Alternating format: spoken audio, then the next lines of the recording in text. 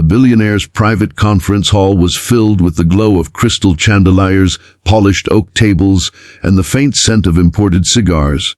Around him sat business leaders, politicians, and entrepreneurs, all eager to impress the man whose empire stretched across continents. At the far end of the room, however, stood someone who didn't seem to belong. A man in a simple gray shirt, holding his young daughter's hand tightly.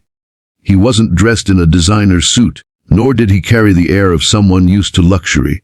Yet when he spoke, the room went silent. "I speak 9 languages," he said, his voice calm but filled with pride. "And I've taught every one of them to my daughter."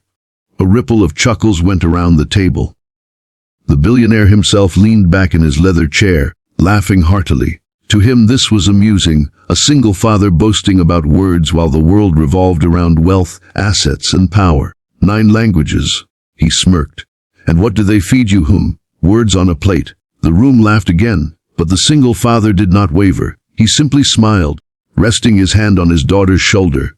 What none of them knew was the journey behind that simple statement, a journey carved in pain, sacrifice, and love. His name was Amir. Once he had been an ordinary university professor, passionate about culture and languages. He had studied tirelessly across borders, picking up every tongue he could.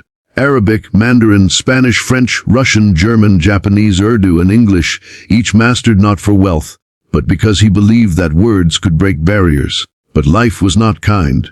His wife, the love of his life, passed away when their daughter Hannah was only 3. With her gone, Amir's world collapsed, and he found himself raising Hannah alone, juggling odd jobs to keep food on the table.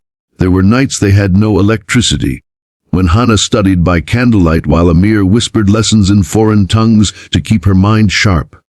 There were days he skipped meals so she could have enough.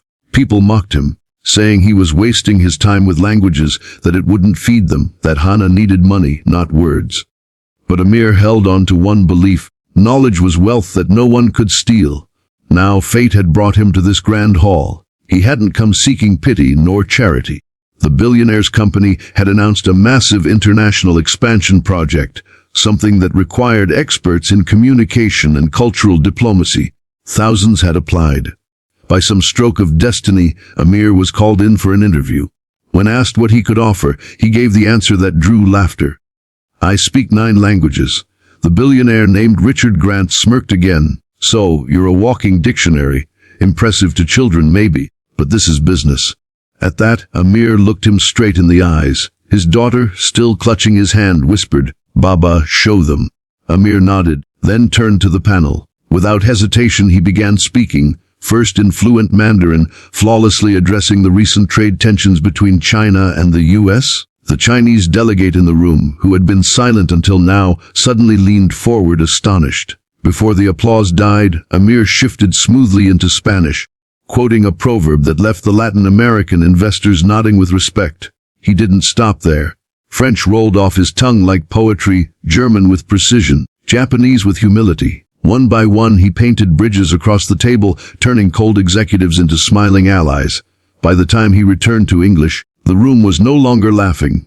It was silent, breathless. Even billionaire Richard Grant, who moments ago had mocked him, sat frozen in his chair, his arrogant smirk replaced by something rare for him: humility. Amir's voice softened as he looked around.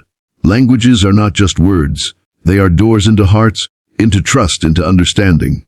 You can build factories, skyscrapers, empires, but without trust, without connection, they will crumble. That is what I can give you. And that is what I've given my daughter. Not wealth, not luxury, but a gift that will open every door she will ever knock on. Little Hannah squeezed his hand, her eyes shining with pride. The same executives who once mocked him now leaned forward, whispering to one another, calculating the immeasurable value of a man who could connect worlds without a translator. The billionaire cleared his throat. For the first time in years, he stood and clapped. Slowly others followed. Soon the entire hall was filled with applause, not for a tycoon, not for a politician, but for a single father who had nothing but words, and yet had given his daughter the world. Richard Grant walked over, shaking Amir's hand firmly. "Monsieur, Amir, I underestimated you. You are not a walking dictionary. You are the key to doors I didn't even know existed." He paused, glancing at Hannah. "And I can see your daughter already carries your wisdom. If you're willing, I want you to lead our entire international department." Tears welled in Amir's eyes. For years, he had been overlooked, dismissed, mocked. Now, not only was he being offered a position of honor, but he was also proving to his daughter that love, sacrifice, and knowledge always triumph. As they left the grand hall that day, Hannah tugged at his sleeve. "Baba," she said softly, "Mama would be proud." Amir bent down, hugging her tightly. "No, my love," he whispered. "Mama is proud. She's with us in every word we speak." And so, the man who once had nothing but languages walked into a future filled with dignity and promise. His story became a reminder to everyone who heard it, that wealth is not always measured in money, and that sometimes the richest man in the room is the one who carries wisdom, love, and the courage to never give up.